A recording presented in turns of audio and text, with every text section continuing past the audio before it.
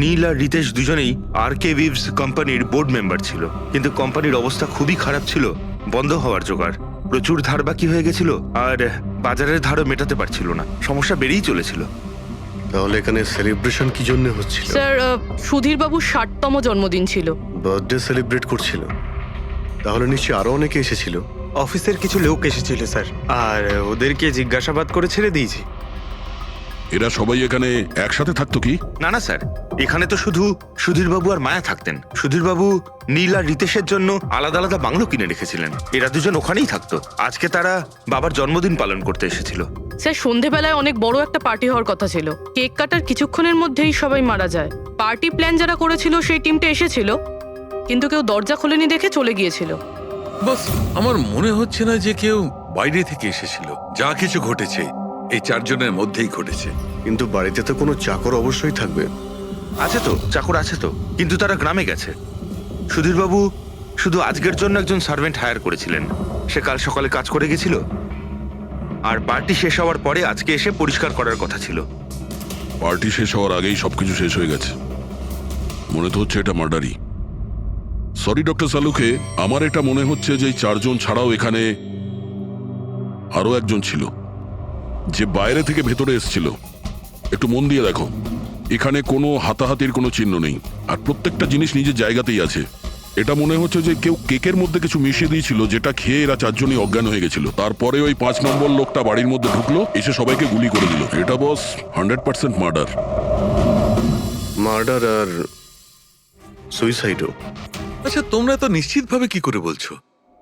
Sir এই দেখুন, বাকি 3টে লাশের কাছে স্ট্রাগলের কোনো চিহ্ন মাত্র নেই, শুধুমাত্র সুধীরবাবু ছাড়া। এনার পা ভাঁজ হয়ে রয়েছে, অনেকটা ব্লাডও বেরিয়েছে। আমার মনে হয় যখন ওনার গুলি লাগে তখন উনি বেঁচে ছিলেন। যদি উনিও কেক খেয়ে বাকিদের মতো অজ্ঞান হয়ে থাকতেন, তাহলে ওদের মতোই পড়ে থাকতেন। ইনি প্রথমে 3 জনকে গুলি করেন আর তারপর সুইসাইড করেন, এরকম মনে হচ্ছে। যদি এটাই হয়তো, তাহলে যে বন্দুক দিয়ে গুলি করা হয়েছিল সেটা কোথায়? সেটা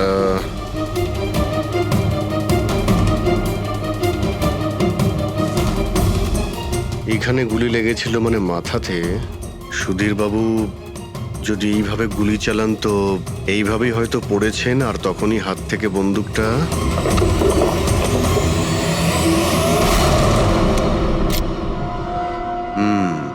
এই হলো বন্দুক। স্যার, এই দেখুন, রিতেশের ফোনটা পেলাম। স্যার, ও কেক কাটার কিছুক্ষণ পরেই নিজের সোশ্যাল পেজে এই সেলফিটা পোস্ট করেছে। বলছিলাম না, এখানে পঞ্চম ব্যক্তি থাকতেই পারে না। কিন্তু বুঝতে পারছি না কেন, আমার এখনো সন্দেহ আছে। দেখুন, সন্দেহ করা তো আমাদের কাজ। একটা কাজ করে যতগুলো এভিডেন্স আছে, যতগুলো জিনিস আছে, সব বিউরোতে নিয়ে যাই, দেখি এসিপি স্যার কি বলেন। গোলমাল মনে হচ্ছে। বস, আমি ওদের পেটের মধ্যে কেকের টুকরো পেয়েছি। ওই যে কেক ওরা খেয়েছিল, ওই কেকের মধ্যে সেনেটিভ মেশানো ছিল, নেশার ওষুধ। সেনেটিভ? 3 জন খেয়েছে আর অজ্ঞান হয়ে গেছে। 4 জনই? না, 3 জন। নীল, রিতেশ আর মায়া, ওদের 3 জনের পেটের মধ্যেই শুধু কেকের টুকরো পাওয়া গেছে। তার মানে সুধীরবাবু ওই কেকটা খাননি? না দয়া, সুধীর শুধু একজনই ছিল যে গুলি চলবার সময় অজ্ঞান হয়নি। কি, সুধীরবাবু নিজের জন্মদিনে এই কেক খাননি? হয়নি, কারণ ওই কেকের মধ্যে বাদাম মেশানো ছিল। কিন্তু স্যার, ওনার বাড়ির লোকের তো নিশ্চয়ই জানা আছে যে ওনার বাদাম থেকে অ্যালার্জি ছিল। এক্স্যাক্টলি। তাহলে এই কেক আনলো কেন? অদ্ভুত ব্যাপার। সুধীরবাবুর বার্থডে ছিল আর কেক ওই 3 জনে খেয়েছিল। কেক 3 জনে খেয়েছিল, কিন্তু ওখান থেকে যে বন্দুকটা পাওয়া গেছে তাতে 4টে গুলি খরচ হয়েছে, যেগুলো এদের গায়ে লেগেছে। অদ্ভুত ব্যাপার যে ওর ওপর সুধীরের আঙুলের ছাপ আর আছে। ওই বন্দুকটাও তো সুধীরবাবুর নামেই রেজিস্টার করা। তো সুধীরবাবু প্রথমে ওই 3 জনকে গুলি করে আর তারপর নিজে সুইসাইড করে, কিন্তু কেন? ঝামেলা এড়ানোর জন্য। ব্যবসা ডুবে যাচ্ছে, ধার দেনা বেড়ে যাচ্ছে, এই জন্য নিজের সঙ্গে পুরো ফ্যামিলিটাকেই মেরে ফেলে। আর কি কারণ হতে পারে? হ্যাঁ স্যার, তাই তো মনে হচ্ছে। সুধীরবাবু ইচ্ছে করেই ওই বাদামওয়ালা কেক নিয়ে এসেছিল যাতে ওনাকে না খেতে হয়, আর উনি সেনেটিভ মিশিয়ে ওই কেকটা সবাইকে খাইয়ে দেন। আর অজ্ঞান হওয়ার পরে তাদের মেরে ফেলে নিজেও আত্মহত্যা করেন। রবি, ওই রিতেশ যেটা ফটো আপলোড করেছিল না নেটে, সেটা একটু খোলো তো। কটার সময় তুলেছিল এই ফটোটা? স্যার 2:05 আর আপলোড করেছিল? স্যার 2:07 সালুকে একটা কথা বলো, কেক খাওয়ার কতক্ষণ পরে ওরা অজ্ঞান হয়েছিল? 20 থেকে 25 মিনিট। মানে 2:30 না 2:35? আমার মনে হয় ওরা সবাই ওই সময়ই মারা গিয়েছিল, 2:30 থেকে 2:45-এর মধ্যে। মানে সবকিছু ঘটেছে ওই 40 মিনিটের ভেতরেই। 1 মিনিট, ওই দেখো, ওই ছায়াটা কার? ওই শ্যাডো? এই চারজন তো এখানে দাঁড়িয়েছিল, তাহলে ছায়া ওখানে গেল কি করে? সেটা ওখানে গিয়েই দেখতে হবে। এই শ্যাডোটা কার ছিল? 2:04। পর্দার পজিশন একদম ঠিক আছে তো? একদম স্যার। পজিশন নিয়ে নি। রেডি? 2:05 ইয়া। আরে এখানে তো কোনো ছায়া দেখতে পাচ্ছি না। তাহলে ওখানে ছায়া কোথা থেকে এলো?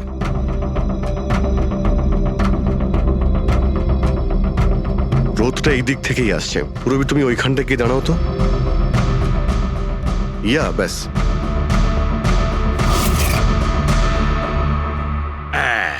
এইখানে ছায়াটা দেখা যাচ্ছে, ঠিক যেমনটা ওখানে ছিল, সেম টু সেম। আমি ঠিকই বলেছিলাম, এখানে কোনো 5 নম্বর লোক ছিল। আর সে ওখানেই দাঁড়িয়েছিল যেখানে আমি দাঁড়িয়েছিলাম। এই সেই লোকটাই হবে যে সুধীরবাবু আর তার পরিবারকে মেরেছে। আর সে আমাদের অলমোস্ট ধোকা দিয়ে দিয়েছিল যে এটা মার্ডার কাম সুইসাইড। আর ওর ছায়াই ওকে ধোকা দিয়ে দিয়েছে। কিন্তু স্যার আমরা এই ছায়ার মাধ্যমে খুনি অবধি পৌঁছবো কি করে?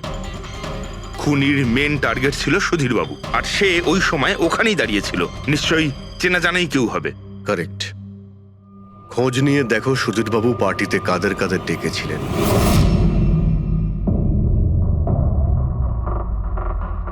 স্যার, আমি পড়ি। তুমি সুধীরের এক্সিকিউটিভ অ্যাসিস্ট্যান্ট?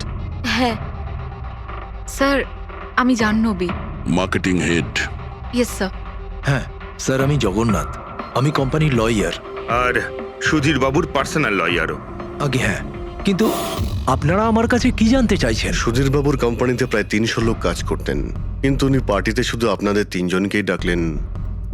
এরকম কিসের বিশেষ সম্পর্ক ছিল আপনাদের সঙ্গে সুধীরবাবুর? স্যার, আমি আগেও বলেছি যে আমি ওনার এক্সিকিউটিভ অ্যাসিস্ট্যান্ট। তো একজন এক্সিকিউটিভ অফিসারের সঙ্গে এতটা পার্সোনাল রিলেশনশিপ? স্যার, আমি ওনার শুধু কাজই না, বরং ওনার পার্সোনাল লাইফও ম্যানেজ করতাম। আই মিন পার্সোনাল আর প্রফেশনাল দুটোই। আর ওই দিনও আমি পার্টি ম্যানেজ করতে গেছিলাম, সেলিব্রেট করতে না। আর উকিল বাবু আপনি? স্যার, আমি আর সুধীর হলাম ছোটবেলাকার বন্ধু। ওর বার্থডে আর আমি যাব না, এটা কি করে হতে পারে? আর আপনি, আপনাকে কেন ইনভাইট করেছিল সুধীরবাবু পার্টিতে? স্যার, আমাকে সুধীর স্যার না, নীল ইনভাইট করেছিল। আমি আর নীল খুব ভালো বন্ধু ছিলাম। I see. তো আপনি ওনার পুরো শিডিউল ম্যানেজ করতেন। হুম। তো এই বার্থডে পার্টির দিন কেউ কি আসার কথা ছিল? কোনো মিটিং রেখেছিলেন আপনারা? স্যার, ওই দিন ব্যাংক হলিডে ছিল, তার জন্য কোনো মিটিং বা অ্যাপয়েন্টমেন্ট ছিল না। আর ওনার বার্থডে ছিল, তাই উনি পুরো দিন ওনার ফ্যামিলির সাথেই কাটাতে চাইতেন। দুপুর 2 থেকে 3টের মধ্যে আপনারা কোথায় ছিলেন? স্যার, আমি তো আমার বাড়িতেই ছিলাম, ভ্লগ বানাচ্ছিলাম। V blog? Video blog. আমার একটা ইন্টারনেট চ্যানেল আছে যেখানে আমি ভিডিও বানিয়ে আপলোড করি। স্যার, আমি বাড়িতে ঘুমোচ্ছিলাম, আমার শরীরটা ঠিক ছিল না। স্যার, আমি আমার ফ্যামিলির সাথে ফিল্ম দেখতে গিয়েছিলাম। আচ্ছা, কিছুদিনের মধ্যে সুধীরবাবুর ব্যবহারে কোনো পরিবর্তন দেখেছিলেন আপনারা? হ্যাঁ স্যার, আমি একটা জিনিস নোটিস করেছিলাম। স্যার, আজ থেকে ঠিক 1 মাস আগে আমাদের মিটিং চলছিল।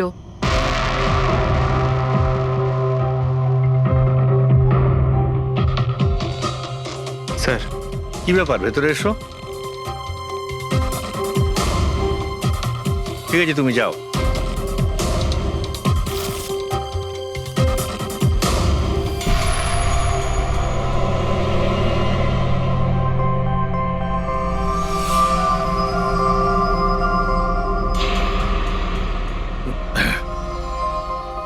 Sorry, gentlemen.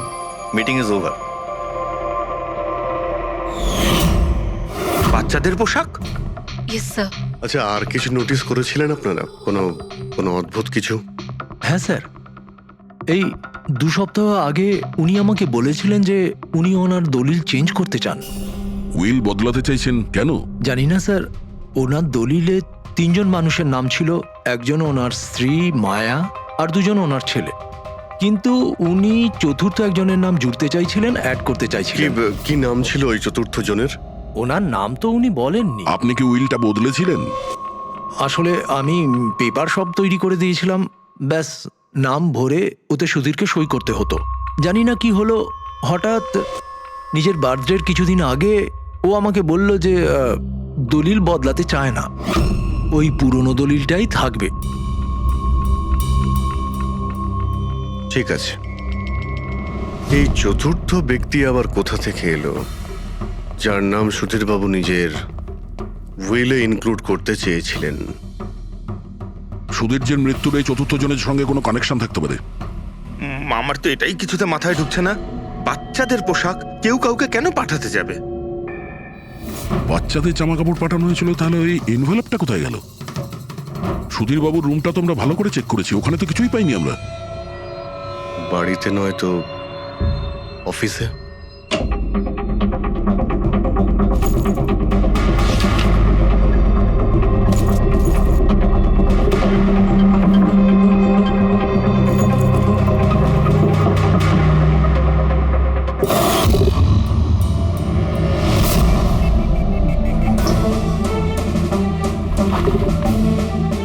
পেয়ে গেছি।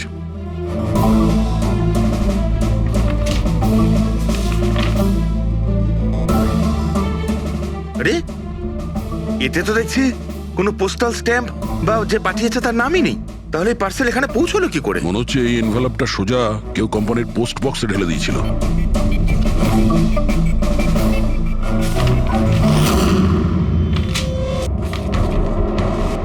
এই এনভেলপটা ডক্টর সালুকের কাছে পাঠিয়ে দিই, উনি হয়তো কিছু পেতে পারেন। ঠিক আছে। আচ্ছা, এই জাহ্নবী বলছিল যে এই পার্সেলটা দেখে মিস্টার সুধীর একদম চমকে গিয়েছিলেন। হতে পারে কোনো পুরনো স্মৃতি জেগে উঠেছিল। আর তারপর উনি কাউকে কলও করেছিলেন হয়তো।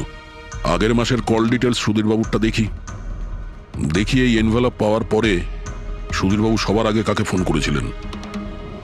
সুধীরের ফোন এসেছিল অনেক বছর বাদে। কি কথা হয়েছিল আপনাদের দুজনের?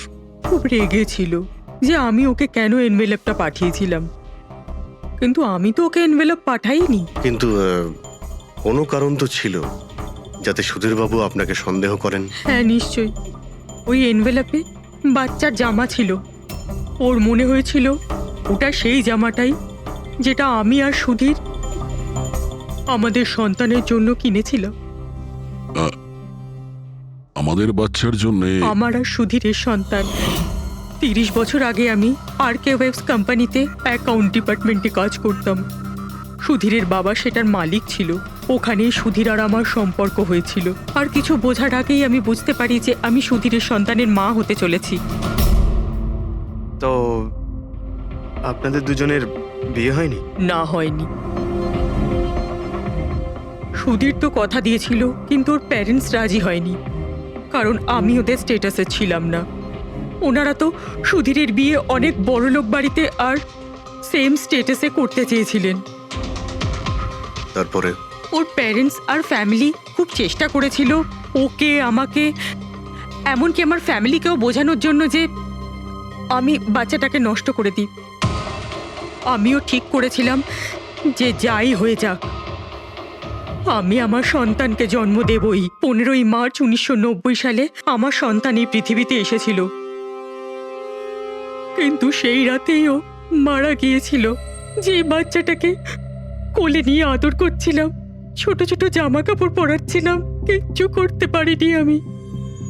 আমি ভেবেছিলাম যে এরকম সময় তো সুধীর আমার পাশে থাকবে, আমাকে সাপোর্ট করবে, কিন্তু ও তো এর আগেই আমার সাথে কথা বলাটাও বন্ধ করে দিয়েছিল। আর ওই মাসেই ও মায়াকে বিয়েও করেছিল। তো সেই জন্যই আপনি আজ অব্দি বিয়ে করেননি আর এখানে একাই থাকেন? হ্যাঁ। সুধীরবাবু আপনার সঙ্গে যা যা করেছেন তার জন্যে খুব কষ্ট হয়েছে আপনার, হয়তো খুব ঘেন্না করতেন ওকে। আমার থেকে বেশি ঘেন্না ওকে আর কেই বা করতে পারে। উনি আপনাকে আপনার অধিকার দেয়নি, আপনি সম্পত্তিতে ভাগ চাইলেন, আর যখন সম্পত্তি উনি আপনাকে দিলেন না তখন আপনি রেগে গেলেন আর মেরে দিলেন ওকে। আমি ওকে মারিনি, আর আমি ওকে কেন মারবো? আমি তো চেয়েছিলাম যে ও বেঁচে থাকুক আর সারা জীবন কষ্ট পাক। যেদিন সুধীরবাবু মারা যান সেদিন দুপুরবেলা আপনি কোথায় ছিলেন? আমি বাড়িতেই ছিলাম। আপনার কাছে কোনো উইটনেস বা প্রমাণ আছে? কোনো প্রমাণ নেই। হ্যালো, হ্যাঁ স্যার, ওকে স্যার, হ্যাঁ এখানেই আছেন, আমি বলে দিচ্ছি। হ্যাঁ, ইয়েস স্যার। স্যার সালুমকে স্যার ফরেন্সিকে ডাকছেন তাড়াতাড়ি, বলছিলেন যে কিছু।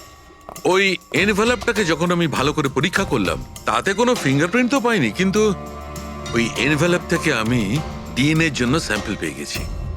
যে ওই চিঠিটা পাঠিয়েছে সে মনে হয় মুখ দিয়ে থুতুর সাহায্যে ওটাকে সেঁটে দিয়েছে। আর এইভাবে ওই এনভেলপ থেকে আমি স্যালাইভা স্যাম্পল পেয়ে গেছি যার থেকে ডিএনএ টেস্ট করতে পারবো।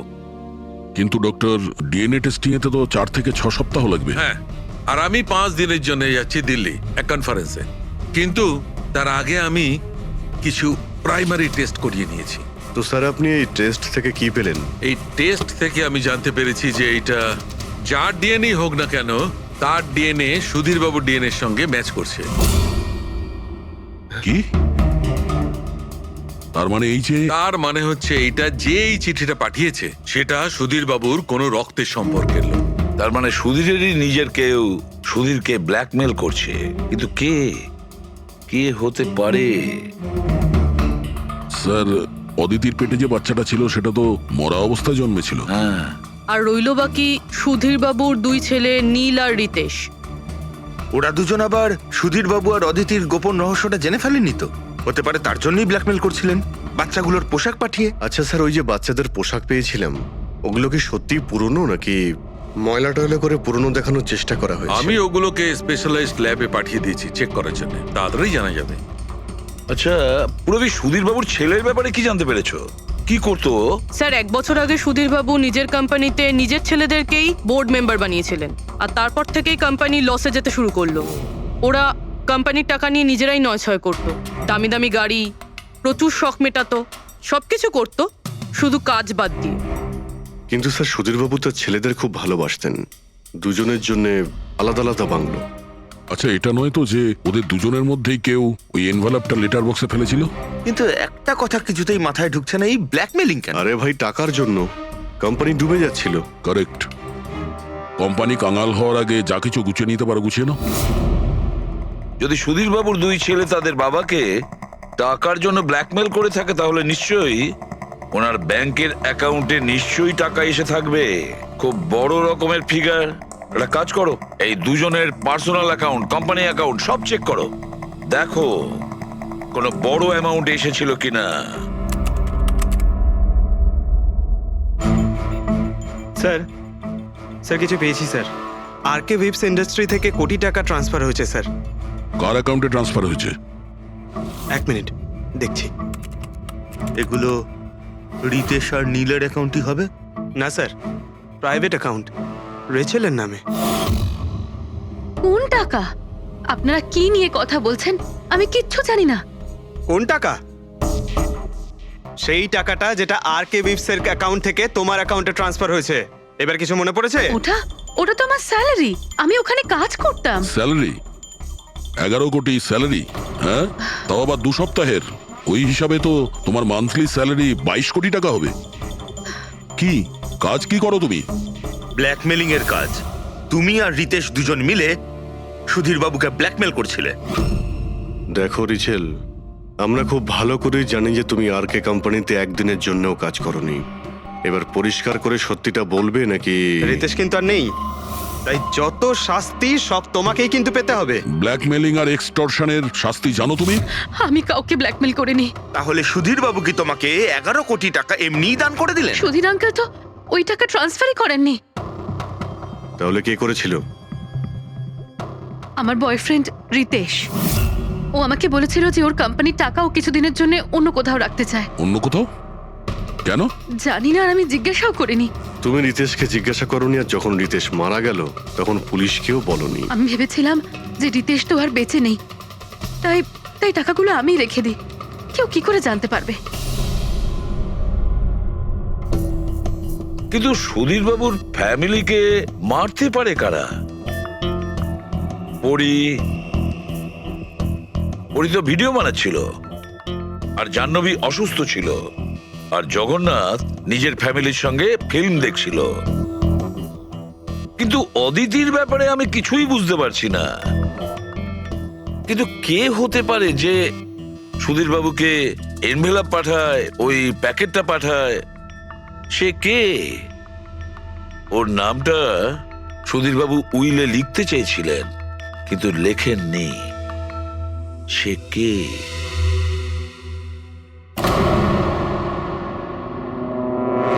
প্রেমের দ্বিতীয় কেকটা কোথা থেকে আসলো?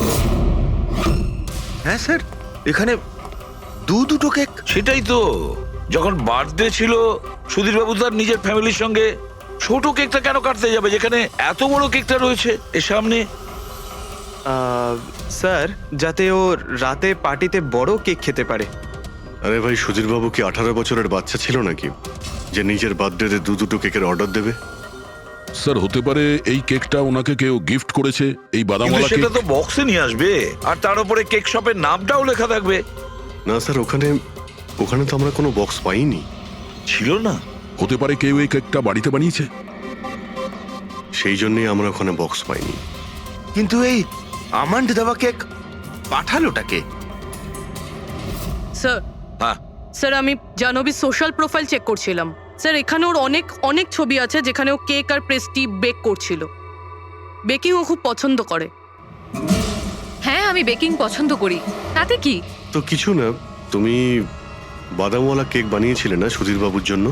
আমি যখন জানি যে ওনার বাদামে অ্যালার্জি, তাহলে আমি ওনার জন্য বাদাম কেক কেন বানাবো? কারণ তুমি চাইছিলে যে উনি কেকটা না খান, যদি খেতে অজ্ঞান হয়ে যেত না। আর তুমি চাইতে যখন তুমি ওকে মারবে তখন যেন ওর জ্ঞান থাকে, কষ্ট পায় তোমার সামনে, প্রাণ ভিক্ষা করে, তাই না? আরে আমি সুধীর আঙ্কেলকে কেন মারবো? তুমি কেকের মধ্যে সেনেটিভ মেশাওনি রিতেশ, নীল আর মায়াকে মারার জন্য? আপনারা এইসব কি বলছেন বলুন তো? ব্যাস ব্যাস, অনেক হয়েছে। তুমি বলেছিলে না যে ওই দিন তুমি অসুস্থ ছিলে আর বাড়িতেই ছিলে? কোথাও তুমি যাওনি। তুমি পার্টিতে কিভাবে গিয়েছিলে কিনা পার্টিতে? আমি সত্যি 2-3 পর্যন্ত ঘুমিয়েছিলাম। তারপর ঘুম থেকে ওঠার পর আমার মনে হলো যে আমি একটু বেটার ফিল করছি, আর তাই আমি পার্টিতে চলে যাই। এতে আমার কি অন্যায়? তুমি যদি রাত 2টা থেকে 3টে অবধি সত্যিই ঘুমিয়েছিলে, তাহলে 2:30টার সময় যখন সুধীর বাবু মারা যান তখন তোমার মোবাইল ওনার ঘরের সামনে গেল কি করে? দেখো জাহ্নবী, মিথ্যে বলে কোনো লাভ নেই। আমরা তোমার মোবাইলের রেকর্ড চেক করে দেখেছি। যে সময় সুধীর বাবু মারা যান সেই সময় তোমার ফোনের লোকেশন ওনার বাড়ির কাছেই ছিল। এবার সত্যি বলবে নাকি আরো টাইম ওয়েস্ট করতে চাও? আমি আর নীল একে অপরকে ভালোবাসতাম। আমরা ভেবেছিলাম যে নীলের বাবার বার্থডে, আমাদের কাছে একটা ভালো সুযোগ ছিল ওনাকে আমাদের ব্যাপারটা বলার, আর সেই জন্যই আমি ওখানে যাই। ওখানে গিয়ে নীলকে অনেকবার কল করি, প্রায় 1 ঘন্টা ওখানে ছিলাম আমি, কিন্তু নীলের কোনো কল আসেনি। আমি ভেবেছিলাম নীল হয়তো সময় পাচ্ছে না আমাকে কল করার। মিথ্যে কথা। তোমার মনে হয়েছিল নীল তোমাকে ঠকাচ্ছে, সেই কারণে তুমি ওকে আর ওর পুরো ফ্যামিলিকে মেরে দিয়েছো। এই আপনারা কি বলছেন বলুন তো? আমি বেকিং করতে ভালোবাসি, তার মানে তো এটা নয় যে খুনটা আমি করেছি। ইন্টারনেটে রেসিপি দেখে তো যে কেউ কেক বানিয়ে ফেলতে পারে। কেক বানানো কি এমন কঠিন কাজ?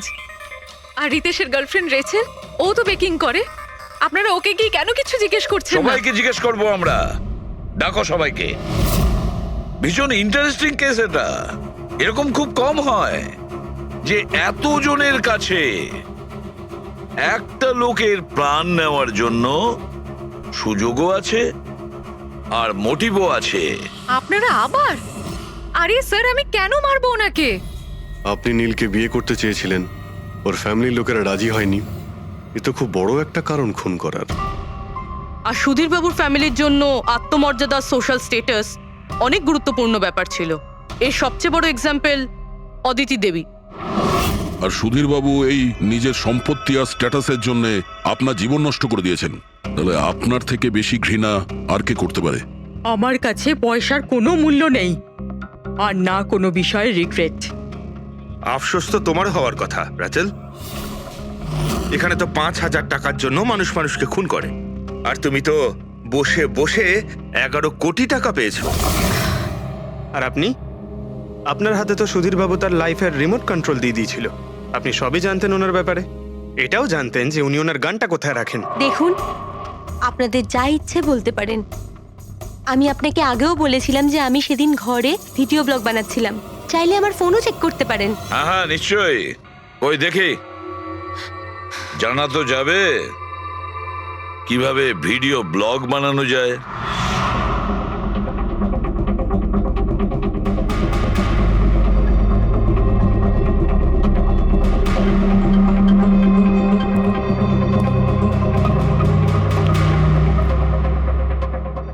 স্যার, এখন আপনি বিশ্বাস করেছেন তো যে সেদিন আমি নিজের ঘরে DIY ভিডিও বানাচ্ছিলাম? DIY তার মানে? Do it yourself. স্যার, আমি প্রত্যেকদিন নিজের ইন্টারনেট চ্যানেলে মানুষদের দৈনন্দিন কাজের ইজি পদ্ধতি দেখাই। Do it yourself. স্যার, হ্যাঁ নিউজ পেপারটা দেখুন, ডেটটা ওই একই। হ্যাঁ সেটাই তো আছে। মানে ভিডিও ওই দিনই শুট করা হয়েছিল? স্যার, হ্যাঁ পুরবি। স্যার আমি মেমোরি কার্ডের ডেট আর টাইম চেক করেছি। এই ভিডিওটা ওই দিনই তৈরি করেছিল, 2টো থেকে 4টের মধ্যে। আচ্ছা, আর স্যার, পরীর মোবাইল লোকেশন ক্রস চেক করেছিলাম আমরা, তাতে দেখলাম ও সেদিন বাড়িতেই ছিল। পুরবি একটা কাজ করো, এই 4 জন লেডিসকে আলাদা ঘরে বসাও। স্যার হুম। চলো।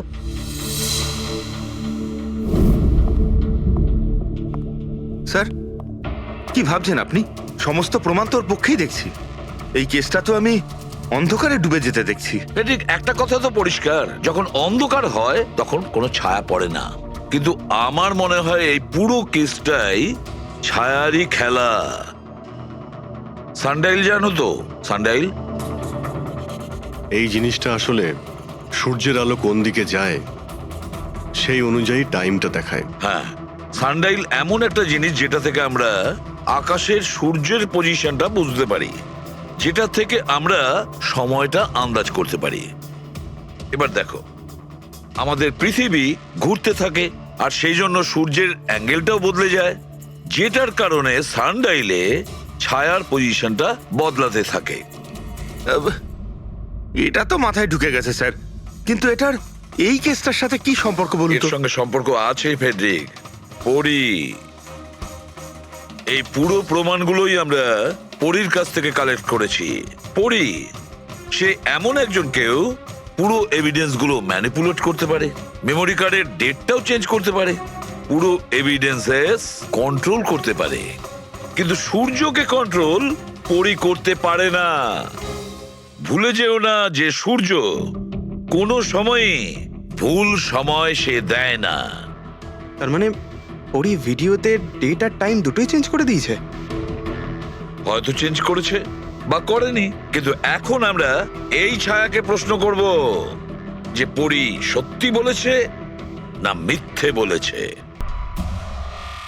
কারেক্ট, এই সেটিংটা একদম সেরকমই হয়েছে যেমন পরীর ভিডিওতে ছিল। আর রোদও সেই রকম আছে সেদিন যেরকম ছিল। শুধু পরীর জায়গায় পুরবি দাঁড়িয়ে আছে। স্যার, আমরা এখানে কি করব? আগামী 6 ঘন্টা পর্যন্ত পুরবীকে এইভাবেই দাঁড়িয়ে থাকতে হবে যেভাবে ভিডিওতে পরী দাঁড়িয়েছিল। আমরা এটাই দেখতে চাই যে যদি পরী সত্যি কথা বলে তাহলে 2টো থেকে 4টের মধ্যে পুরবীর মুখে ঠিক সেই জায়গা থেকে রোদ্দুর পড়বে যেমন পরীর মুখে ছিল। আর স্যার, যদি আমার ছায়া পরীর ছায়ার সাথে ম্যাচ না করে তো? তো দেখতে হবে। ক্যামেরা অন করো।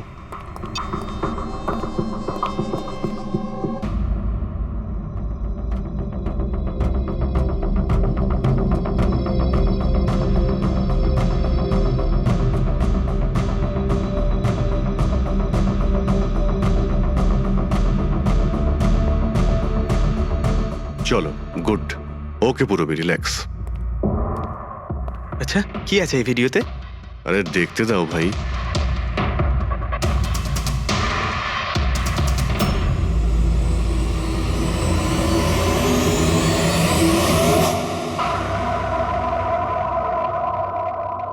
তো সকাল 11টা থেকে 1টার মধ্যে তুমি ওই ভিডিওটা রেকর্ড করেছিলে।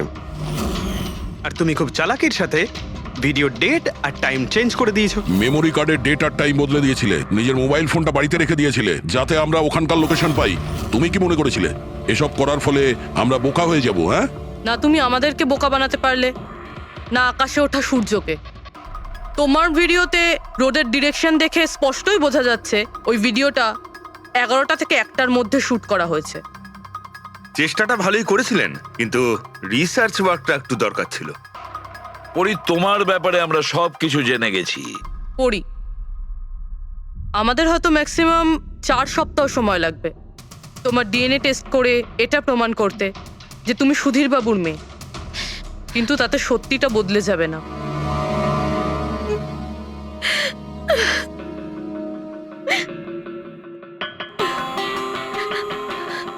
আমি ওনাকে মারতে চাইতাম না, একদমই মারতে চাইতাম না ওনাকে।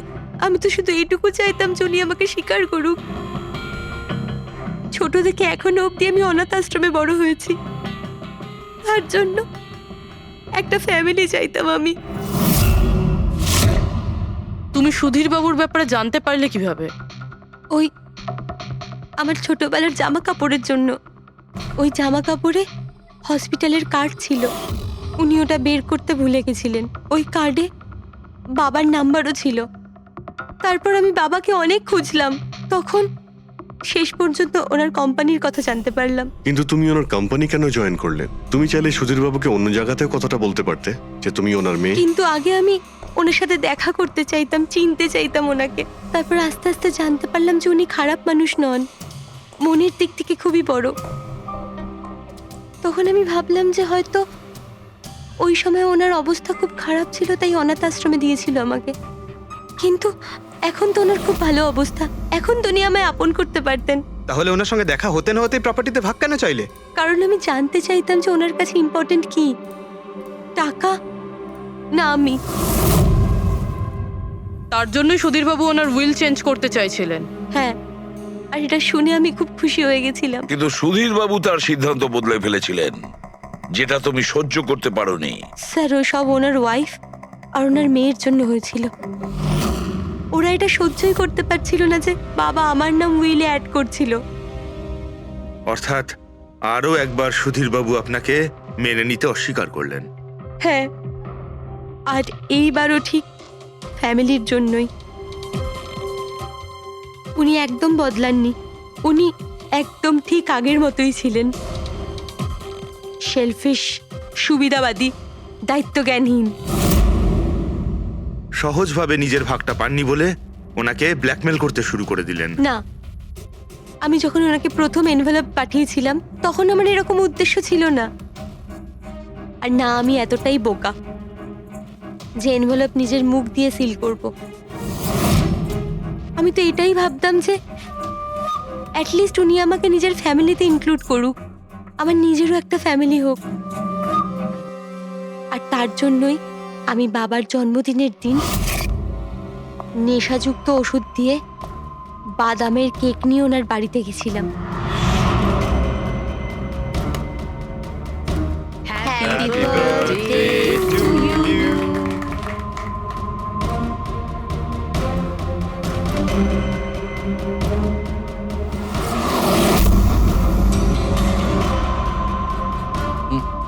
আমার অ্যালার্জি আছে।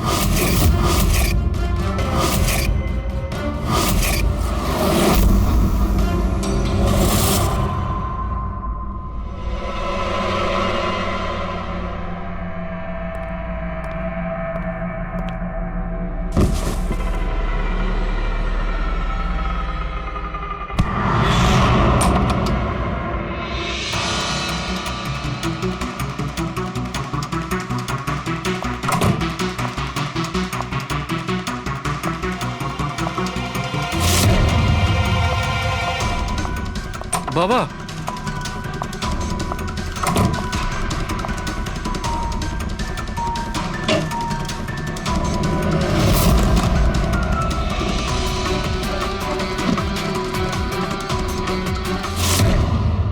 তুমি সুধীরবাবুর পুরো ফ্যামিলিকে মারতে চেয়েছিলে না? তোমার লক্ষ্য পূরণ হয়েছে। এবার তোমার সঙ্গে ওনার ফ্যামিলির লাস্ট মেম্বারও শেষ হয়ে যাবে।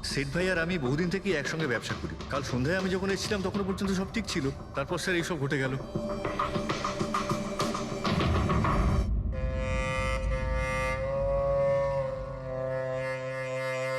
ইনি কে?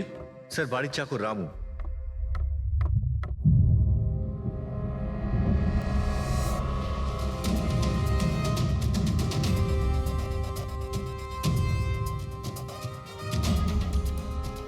মনে হচ্ছে ঘুমন্ত অবস্থায় মেরে দিয়েছে, ওঠার কোনো সুযোগই পাইনি। স্যার, উপরে দুটো লাশ আছে।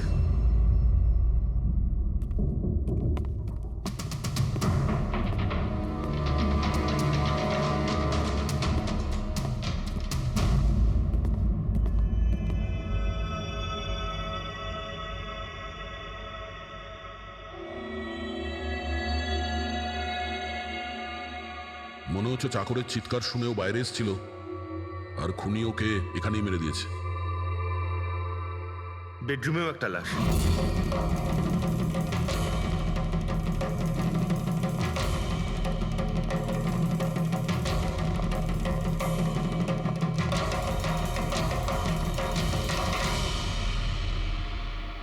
আওয়াজ শুনে হয়তো ওঠার চেষ্টা করেছিলেন আর এখানেই মেরে দিয়েছে।